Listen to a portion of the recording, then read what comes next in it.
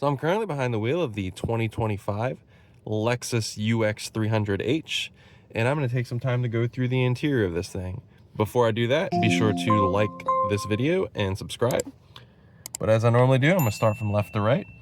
Over on the left, you've got your window switches, you've got your door locks right here, you've got your toggle for your rear mirror adjust, you've got your door latch.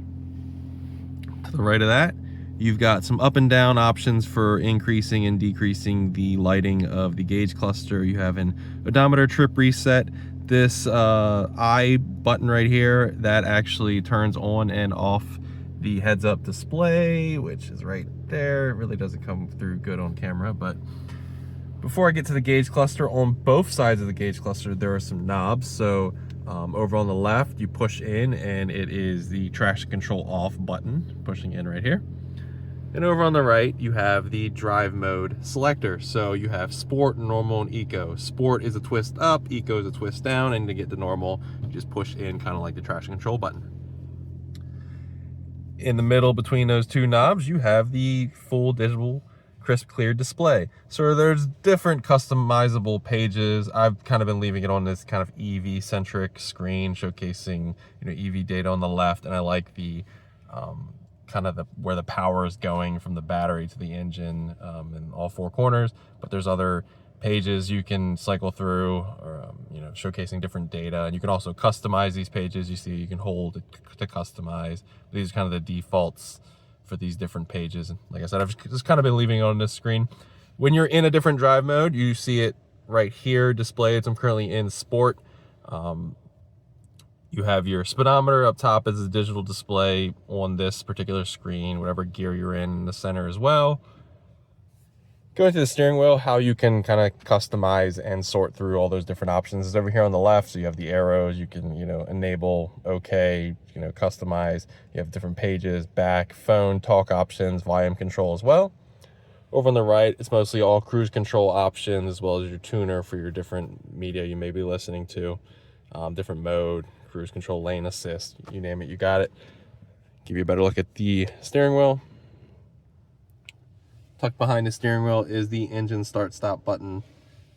And then you have the infotainment display. So I currently have it on just kind of an information screen. To the left of that display is a power on off button, but the rest is basically touch screen. So you have 5 main options over on the left. So you have navigation, where I'm currently in a industrial park, media, whatever you're listening to, phone. There's no phone connected because I'm currently using it to record. You have multiple screens that can be cycled through. So you have climate, you can just leave on there. Comfort, driving assist, trip information, that's the screen I was just on. You have energy flow, which is kind of a more detailed version of the little screen I like over here. It'll kind of showcase where the power is going to from the battery, the engine, things like that. All-wheel drive, kind of the same thing. These 5 blocks on each wheel will kind of highlight, showcasing where the power is going in all 4 corners. Tire pressures, vehicle alert, maintenance required. This is a press vehicle, so it will be maintained long after it's out of my hands. And that's it on the vehicle screen. And then you have settings. Currently it's set to some fleet management company, but you got personal info, Bluetooth devices. Under I kind of scrolled all the way to the top. Under general, your accessibility options, date, time, notifications, Wi-Fi, your display options, so you can adjust the different, if you want it kind of like dark themed, things like that. Sound, media, navigation, vehicle customize. You can customize your heads-up display, the lights of the vehicle, what happens like when you enter and exit. Dealer info security, software update, apps. You can pretty much change everything. But if I'm not listening to my media, I just kind of like to see kind of where the power is going in the vehicle, or I've just been kind of leaving it on the trip information screen to see, what kind of miles I'm getting, range for the duration I've been driving. Coming down from there, you have your hazard button in the center. Then you have your 2 vents on the sides. All the HVAC controls are just kind of little tabs, and then once you hit a tab, it will display up on the infotainment display. So for example, just the vent control, you can see it kind of display for a second, top right, whatever you the Temperature control will display, a digital amount right in the center of where it is. Coming down from there, you have 2 USB-C plugs right here, a nice charging pad for your phone. You have 2 cup holders, currently holding my gimbal bottom. Coming back from there, you have your gear lever, so it's reverse, neutral, drive, and then you have a B button. So, or I shouldn't say B button. It's kind of like a I guess braking mode for the electric vehicle. You have a park button, is a button you just push down. Then you have the heated and ventilated seats for both the driver and the passenger. You have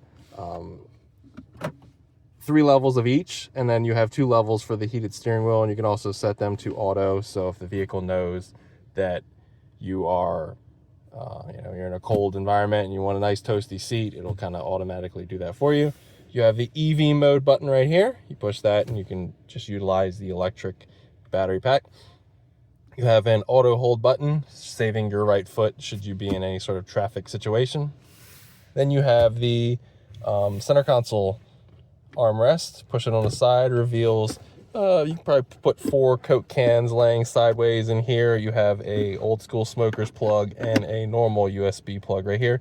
There's a little cubby spot right here.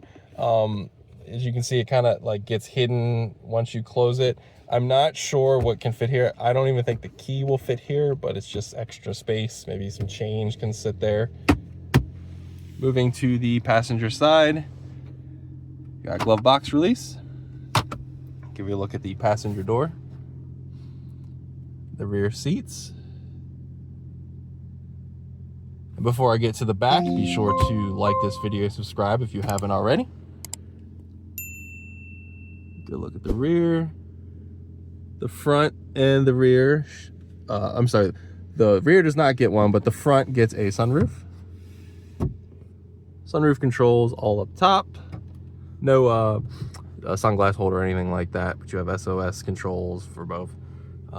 You have your mirror, and then that is pretty much the interior of the 2025 Lexus UX 300H. If there is some detail on the interior I didn't go in depth enough on, and you have some questions, be sure to leave them in the comments below and I will get you an answer. I'm finding my videos are getting kind of new life in the used car market. So, this is 2025, but if you find this video in 2026, 2027, you're picking it up a year or two used, and you don't have the manual and you have some questions on what a certain button does, be sure to leave in the comments below. No question is stupid when you're just trying to figure out what your vehicle can do. Other than that, thanks for watching.